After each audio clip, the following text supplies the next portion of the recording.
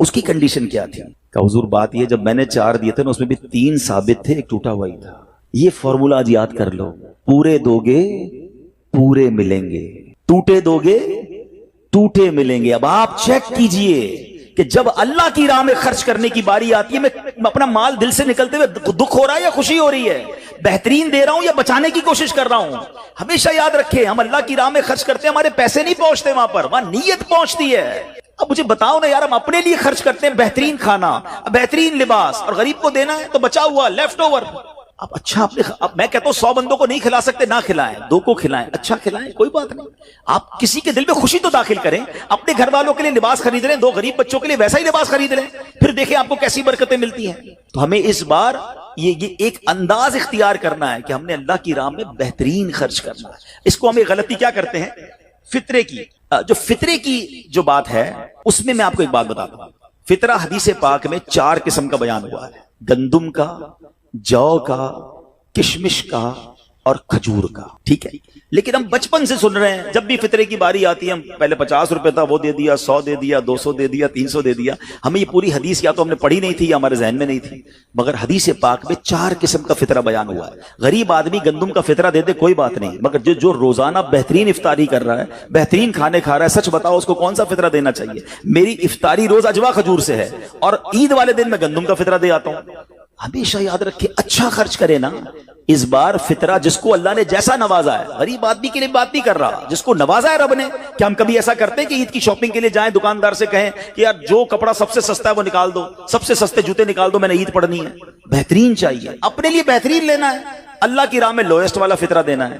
خود غور کریں، خرچ کیجئے گا، دل سے کریں، اللہ اور نوازے گا. اور یہ تو وقت ہے لوگوں کو بانٹنے کا، یہ وقت ہے مسلمان بھائیوں کا ہاتھ پکڑنے کا، غریبوں کی مدد کرنے کا. کسی کی افطاری اچھی کر دیں، کسی کی سحری اچھی کر دیں، کسی کو لباس دے کر اس کی عید اچھی کر دیں. نہ جانے کس کی دعا کے صدقے آپ کا بیڑا پار ہو جائے گا. تو اے میرے پیارے اسلامی بھائیوں، جو میں نے مولا علی شیر خدا کرم اللہ تعالی وجہ الکریم اور ان کے خاندان کا واقعہ سنایا، اس میں میسج ہی یہ تھا کہ سخاوت اس کو کہتے ہیں. یہ ہے اللہ کی راہ میں خرچ کرنا جو کیسے بلاؤں کو اور بیماریوں کو دور کرتا ہے. مگر آج حال یہ ہے، یقین جانے دکھ ہوتا ہے جب ہم ملتے ہیں لوگوں سے، ان کی ویلتھ پتہ ہوتی ہے مگر زکوٰۃ پوری دینے کے لیے کوئی تیار نہیں ہے. خدا رسول کے واسطے آپ بھی اور یہ پیغام کو عام کریں. میں نہیں کہتا آپ دعوت اسلامی کو دیں، کہ زکوٰۃ تو پوری دو یار. یہ وہ مال ہے جو آپ مارے جاؤ گے، یہ مال آپ کے لیے عذاب کا باعث بن جائے گا. اور واللہ میں 2-4 دن پہلے ایک بزنس مین کے پاس گیا. بعض اوقات ہمیں بزنس مین بھی سکھا رہے ہوتے ہیں. کیا کمال کی اس نے مجھے بات کہی. وہ کہتا ہے عبدالحبیب بھائی میرا یہ پیغام ذرا بزنس کمیونٹی تک پہنچائیے گا کہ جو زکوٰۃ نہیں دیتے نا اور جو خرچ نہیں کرتے، ان کو پتہ ہی نہیں ہے وہ کتنا بڑا لاس کر رہے ہیں. جب سے میں نے بانٹنا شروع کیا ہے میرے مال میں ایسے برکت آئی ہے، میں خود حیران ہوں. میرے سامنے ڈیل ہوتی تھی وہ مجھے نظر نہیں آتی تھی، میں ادھر اللہ کی راہ میں صدقہ کرتا ہوں، ایسا لگتا ہے آنکھوں سے پردہ اٹھتا ہے، میرا کام ہو جاتا ہے. تو ان کو بتائیے آپ اپنا خود نقصان کر رہے ہیں اللہ کی راہ میں خرچ نہ کر کے. تو یہ ڈیوٹی ہے. بچپن سے سنا تھا اسلام کے 5 پلر ہیں، توحید، روزہ، نماز، حج اور زکوٰۃ. ہم زکوٰۃ کو تو ایسے اگنور کر بیٹھے ہیں کہ جناب دے دی اپنی مرضی سے. کوئی 5 لاکھ دیتا ہے، کوئی 10 لاکھ دیتا ہے. زکوٰۃ کس کو جاری ہے یہ بھی نہیں سوچ رہے کہ میری زکوٰۃ کا یہ مستحق ہے کہ نہیں. میں جس آرگنائزیشن کو دے رہا ہوں اس کے پاس کوئی زکوٰۃ